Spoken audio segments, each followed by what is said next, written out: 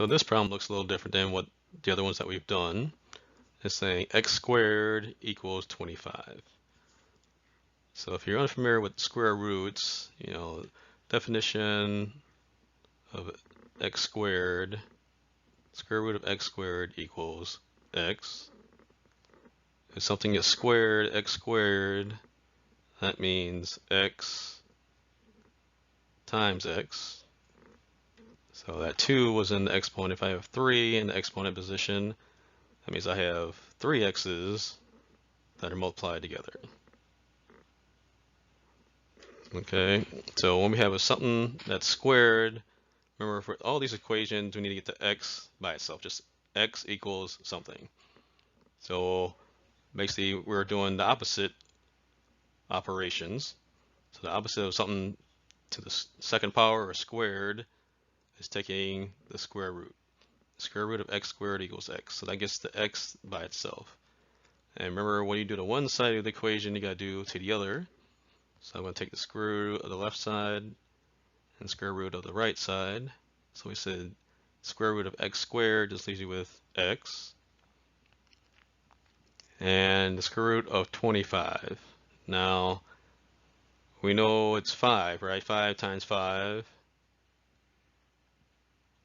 equals 25. But also, negative 5 times negative 5 equals 25. So it could be positive 5 or negative 5. So we kind of write it like this, plus or minus 5. Okay, so we got two answers, 5 and negative 5. Okay, so that's how you solve a problem that has a square in it. You want to take the square root of it in order to get the x by itself. And if you're taking the square root of a number, it could be the positive of it or even the negative of it. So we get two answers, positive 5 and negative 5.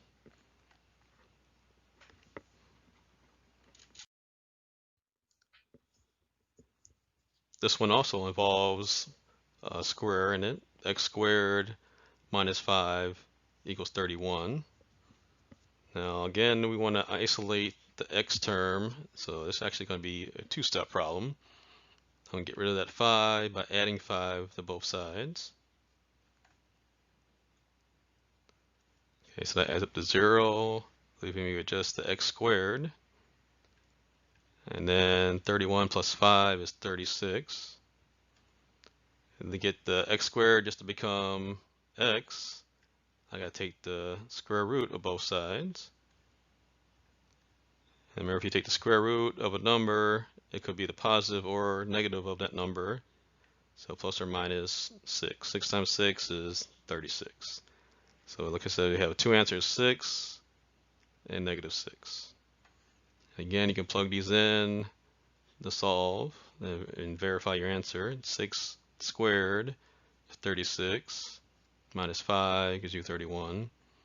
And also negative 6 squared, negative 6 times negative 6 equals 36, positive 36. And you subtract 5, 36 minus 5 equals 31. So both sides come out to the same answer, and 6 and negative 6 both work in that equation.